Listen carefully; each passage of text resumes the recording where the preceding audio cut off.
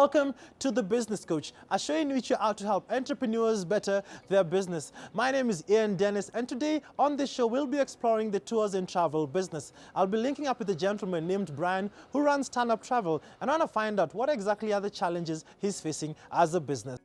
Brian, welcome to the show. Hi, thank you so much. All right, Yeah. so it's very interesting. You studied microbiology. Yes, microbiology. The tours and travel business. How did it happen? Yeah, microbiology. Yeah, I'm a trained scientist, and when I left university, I flew to the U.S. In Oregon. So I did microbiology in Oregon State University, and you know how I think your first degree that you do for as African students, it's for like your parents, you know. So just do it. Yeah, you have your paper, you go pursue what I want to do. Exactly. Let me just do what they want, and then I do what I want across the world. So Yeah. coming back to Kenya, Yeah. How did the journey of Stand Up Travel start out? So I came back. So I did college from 2008 to 2013. That's when I graduated, and then I worked for 2 years in Oregon, and then I came back in 2015, and then I didn't have a plan, and I took a road trip to Zimbabwe. Passing. You went alone. Yeah, I went alone. All right, interesting. But no, I didn't travel alone. But I went by myself. But I found other travelers. Oh, in a group. Yeah, we were like 20 of us. And we passed through Tanzania, Malawi, Zambia, and then went to Zimbabwe, and then to Botswana. When I took this trip, I discovered just how much beautiful our continent was. Yeah. Right? It blew my mind. Right? From seeing Kilimanjaro to seeing Victoria Falls to seeing Chobe National Park in Botswana, there was just so much. It was so stimulating, man.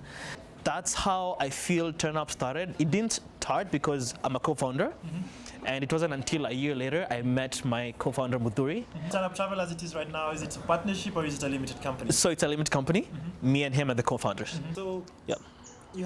so your office for Stand Up Travel is at 14 Riverside. Yes, you it told is. me that you actually happened to be there during that particular terror attack. How exactly was it for you? Yes, the Deuces attack. Yeah, I was there during the terrorist attack, and yeah, it was shocking. But I managed to get out alive with the help of obviously the response teams that were involved in that rescue operation. But it was an eye-opening opportunity, you know, just take each day as it comes and be grateful for life, because you never know when your time comes. And yeah, I don't think there's anything else I can say about that.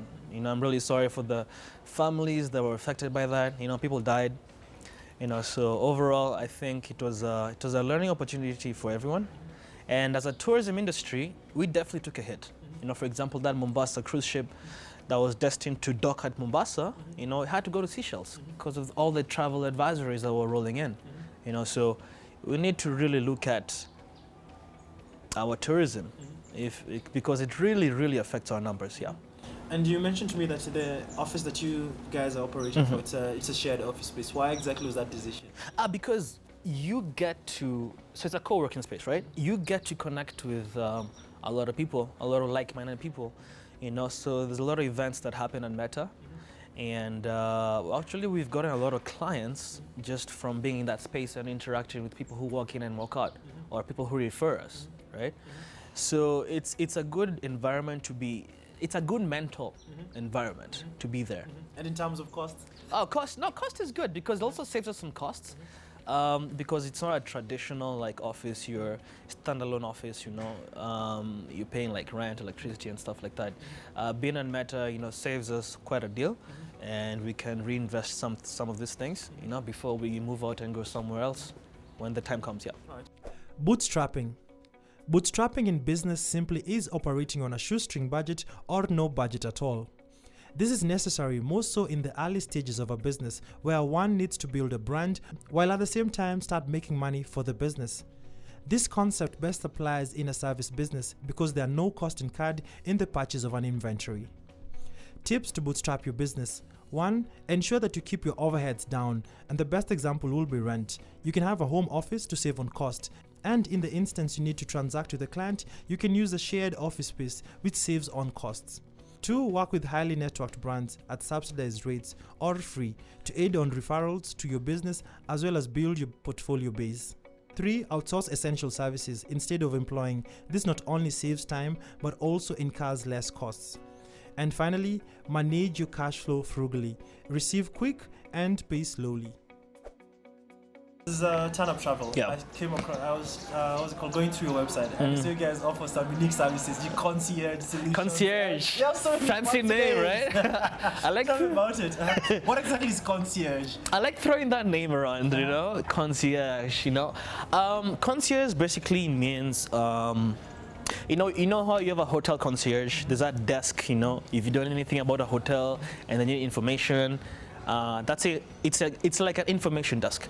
So basically, we're an information desk for tourism opportunities and travel locations in Kenya. So for example, if you come and tell me like, hey, my fiance and I want to do a honeymoon, but we're not really sure where to go, you know, but we know we want to see animals, you know, what do you have for us? So that's a concierge now. Now I tell you, okay, this is what you have. Depending on your budget, we can go to Savo, or we can do bush versus beach, you know, or we can do both, you know. So I just kind of take them through the options, and then the conversation now becomes more narrow and narrow. What you guys are offering is customized solutions to your clients. Yes, actually we call it bespoke travel companies. So we facilitate booking for people end to end. And take me through your day-to-day operations within the business with your partner. What exactly do you do on a day-to-day? So we're 4 of us, with 3, myself. We're the 2 co-founders. We have a lady, reservations lady, her name is Maureen. And then we have Mike Njeru, who actually is my best friend, fellow actor. He's the head of content. So day to day, we wake up, tunasalimiana, you know, good morning. We check So the operations of the business. we check the emails, you know. We sort out packages that were not dealt with the day before. And then, so Mudhuri usually heads the partnerships arm of Turn Up Travel. So it's sending out proposals, emails, following up with people who haven't responded for a while, you know, or trying to spike up new proposals, you know, or trying to get a farm trip somewhere, or trying to get this hotel to come accommodate us to come shoot an episode of our vlog. So it's a lot of things. It's a multi-pronged. We're always doing very many things, each of us. Yeah. And how do you, because you mentioned also earlier, I came across one of your shows on TV, so you're also an actor. I'm also an a actor. number of things. Yeah. How do you manage now to invest also the right amount of time within the business? Because you act, you content create, you do a lot of things outside the business. I'm a model as well. You're also a model, I saw you on some commercial. How do you manage to put all of that together, and also, do you manage to do all of that and still manage to invest time in the business? I think the most important thing is just being honest with yourself and honest with the different people you're dealing with. Like for example, I'm in mother-in-law, so I'm just honest with them. I just tell them like, look, I have a business, I need to run some things, you know, please give me a good schedule. And they're very understanding, so I'm very grateful for them. On this other side, the modeling, whenever I got a call up for a shoot, you know, I tell them like, look, please give me like 3 days notice, you know. So that works out as well. So and for your partners? So my partners, whenever I know I'm not gonna be around, we have a WhatsApp group. We notify each other like, hey, can you pick this up for me? You know, can you handle this client? I won't be around. So it's at the end of the day, comes down to time management. Working on versus working in the business. Most entrepreneurs work in the business instead of working on the business. Working in the business entails an entrepreneur putting in all the focus and energy in the day-to-day operations of the business.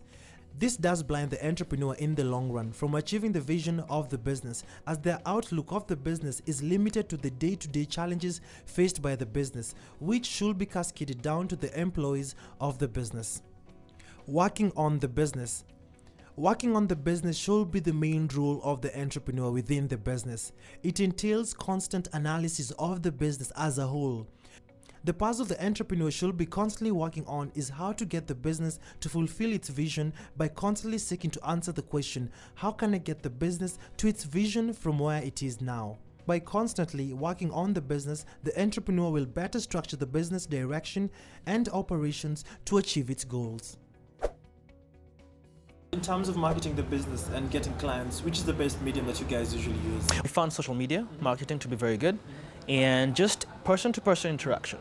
Yeah. And the tours and travel business is very competitive. Very. Yeah, it's more so in terms they see a lot of price battles. Yeah. How do you guys ensure that you get to give your clients the best value at the most affordable rate? What exactly is your business model? So our business model is we give you unique experiences that you don't have with any other tour operator, or rarely, to be fair. And this comes from the fact that before we market a location, we ourselves have to go see it ourselves. It's very easy for me to arrange a trip to Mara and send clients and just pocket the money, right? But that's not really fair to the longevity of your business. What you need to do is understand the location first, right? And that's a good thing because Mudiri and I spend a lot of time outside travel, just traveling the country, right? A lot of people say like they want our lives, they see us always traveling, but I always say there's always a point. We have to understand the product that we're selling so that we can get the most out of any location and just blow the mind of any client. I just need one client. I'll give you the best experience of your life. Finally, as a business, what's the vision and where exactly are you guys going as a business? We want to expand into, we kind of started expanding into like doing trips outside Kenya, but and also the rest of Africa. So after the break, I'll be linking up Brian to Mr. Simon Kabu of Bonfire Adventures. So keep it right here on The Business Coach, where we help entrepreneurs better their business.